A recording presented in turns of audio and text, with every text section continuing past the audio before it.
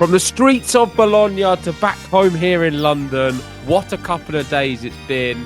Italy, champions of the Davis Cup for the third time in a row. Italy flying right now, the real powerhouse of tennis. This is our reaction.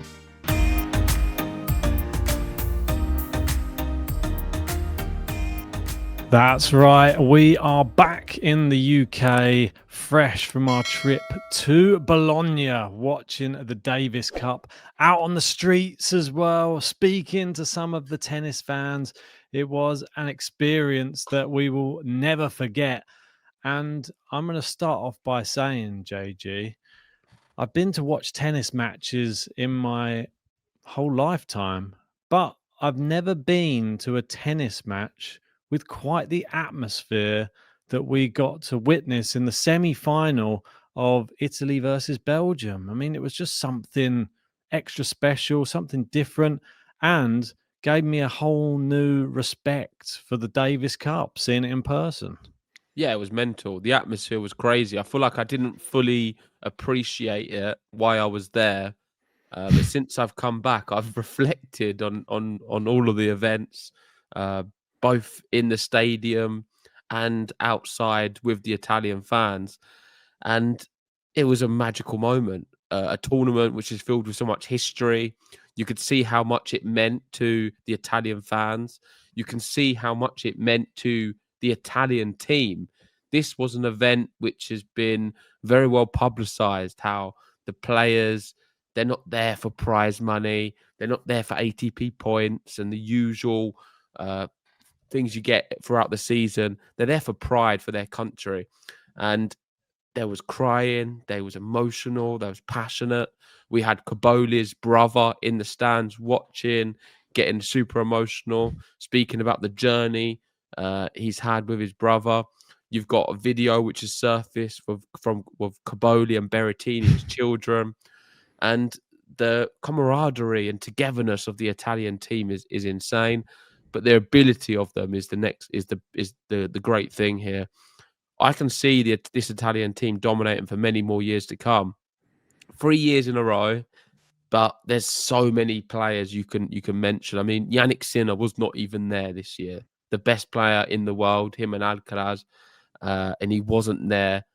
Massetti, the second best, wasn't there. There's just an abundance of talent. When you look at Cobolli, for him, the boots he had to fill was huge. And he rose to that occasion. He beat Munar in the final, which is not easy. Munar having the season of his life, playing some really good tennis.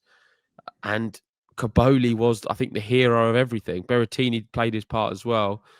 But all in all, fantastic event. I've really enjoyed it. And shout out to Italy and shout out to Cobolli.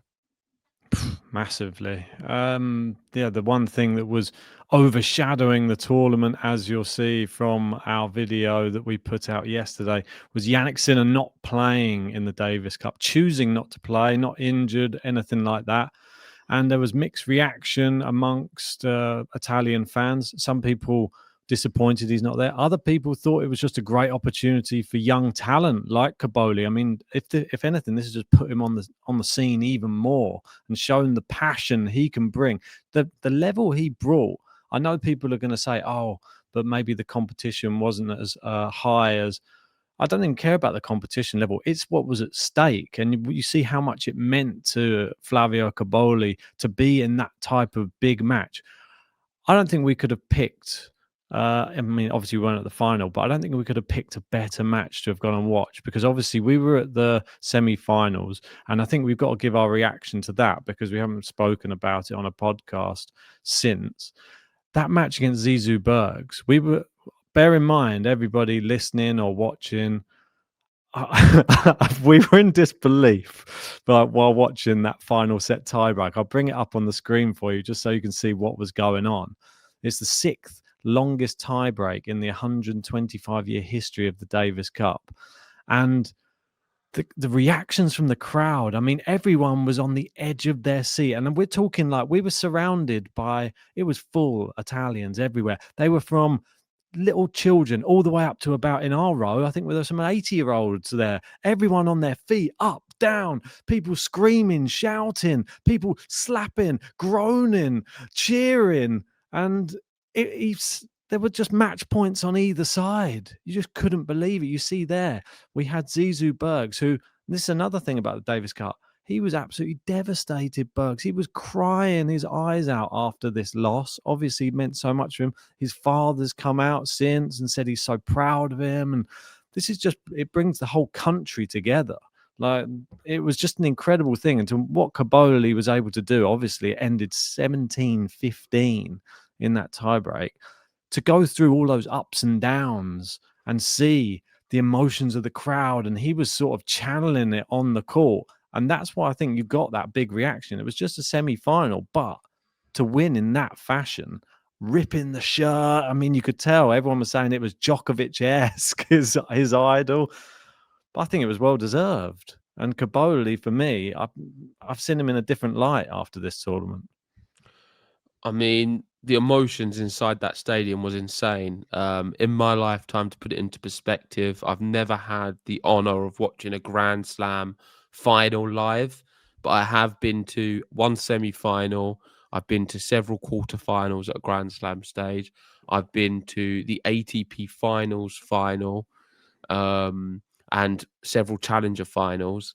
If you put it from my limited, maybe tennis viewing live, but maybe more than most people, this was by far the biggest. Like, the emotions were insane. It was like, the only thing I can put it down to is like when your nation wins the World Cup. Obviously, being English, that doesn't happen every too often. 1966, the last one. But when Italy won the World Cup recently, I know what that was like at home. It was a big deal. So to see this, it reminded me a bit like that, in the sense that it meant the world. Cobolli did the famous rip the t-shirt off celebration. This was before they'd even won it, by the way. This is a semi-final. Yeah. We wasn't there live for the final, but we've seen all the reactions online, seen some of the backstage bits, and also the fans outside. Massive. You got to respect it. And this was a really high-level match where Cobolli was out of gas for large parts of that third set. He dug in, and I think just lifted by, well, in football they call it the 12th man. This was I don't know how many people were in there, the 10,000th man. It was insane. Like, they were being completely just carried along, this Italian team. Berrettini as well in the first match. Everyone was behind them, and every single moment there was a big band singing with drums, just sort of bringing up the atmosphere.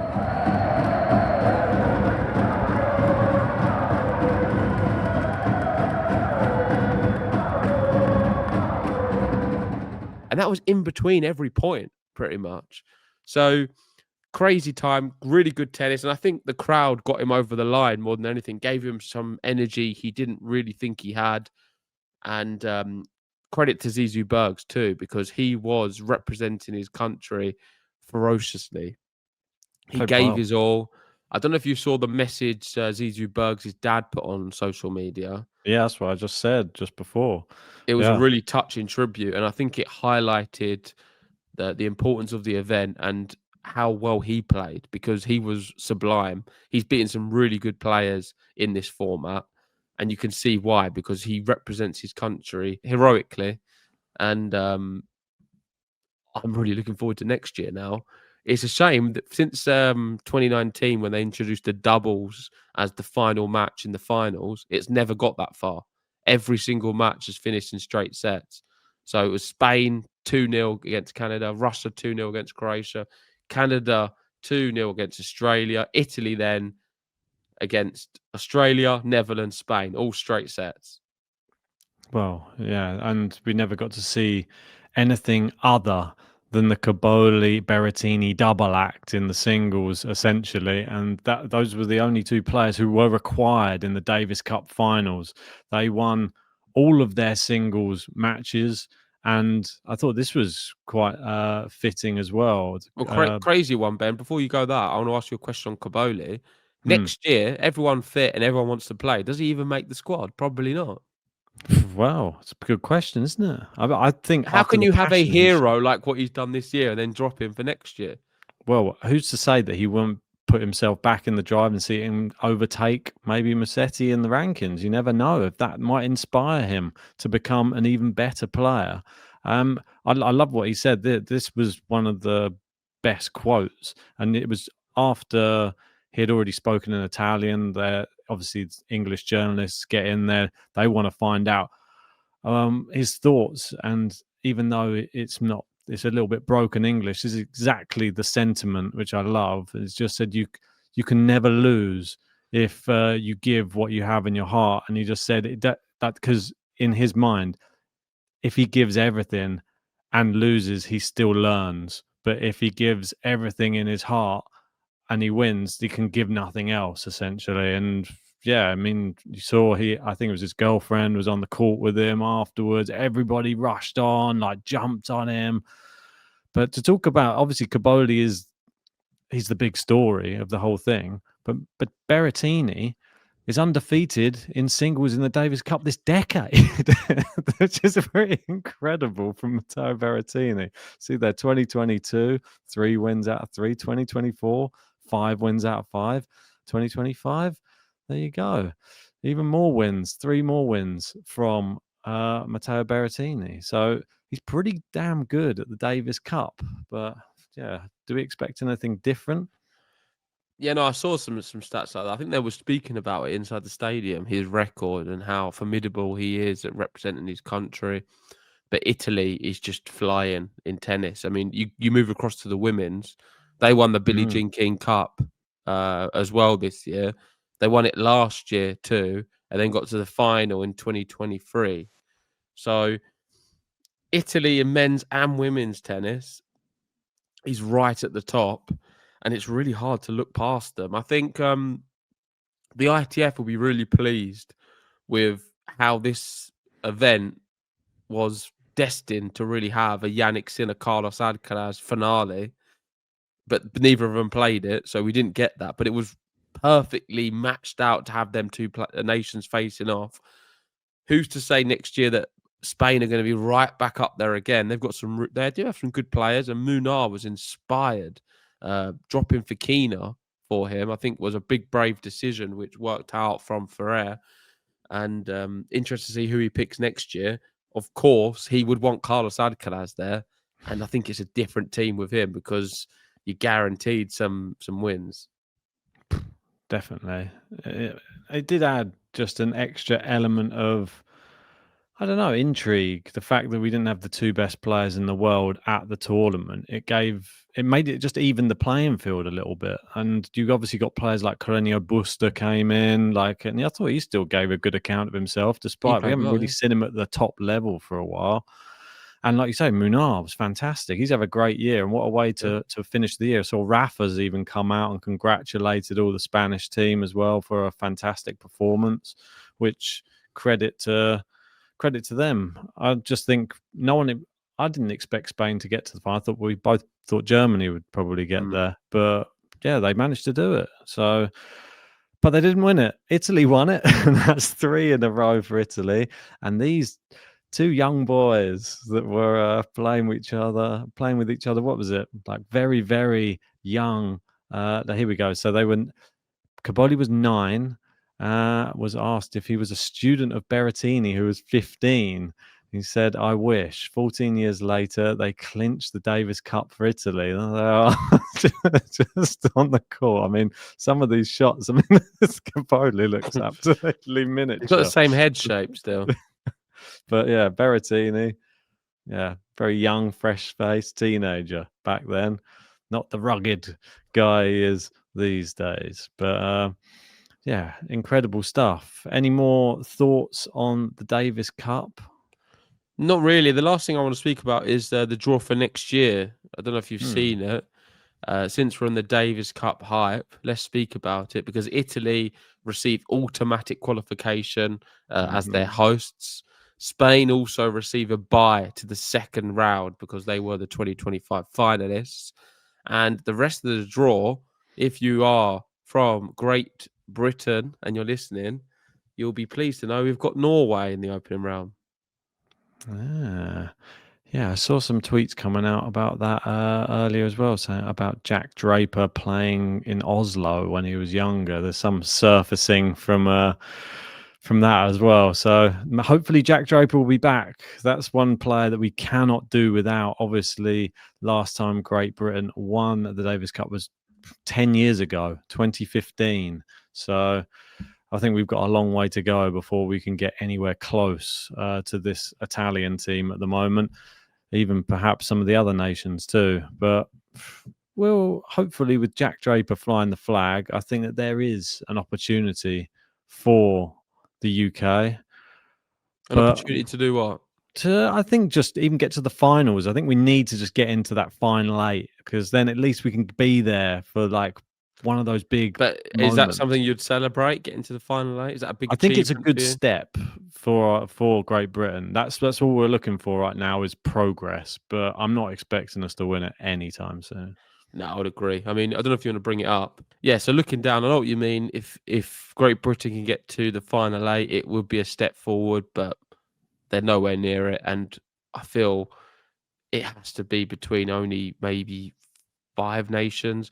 I would expect a lot more from the USA. The USA, I think, should be second favourites or the real big challenges for Italy. This year it Canada? wasn't to be for them. Canada, decent as well, but I think the USA with the team they've got, you got Lerner Tien getting better and Mm, better. I think he should be in contention for the team. We know they've got some good doubles players, or they did have. I'm not sure if they still do. And in the singles, Taylor Fritz yeah. and all the others. I mean, they can do some damage. Yeah, serious firepower in the US and very good on the indoor hard courts as well. So they're going to miss a trick if they don't manage to do well in the next Davis Cup. I think Maybe they're the they'll only real challengers for Italy. That's what I'm highlighting. maybe they'll take Yannick Sinner's option and then start making the Davis Cup every 2 years just to please Yannick Sinner, just to make it a little bit more prestigious. That was what he was after, wasn't it? But how do you feel on the format of it? Do you think it's elongated? Do you think that they could change it up in any way, shape, or form? No, but I wouldn't mind the 2 every 2 years. I think that does work. But let's leave it as it is for now. I think the format's fine. Um, I guess we don't ever see doubles to finalise the final, but I'm fine with that too. So I'm going to keep hoping for Italy to keep winning because I like watching them and I like their team. I think Spain have chances, but USA I think have the best chance next year to challenge in. Yeah, I would say I'm not that mad at Italy winning it again.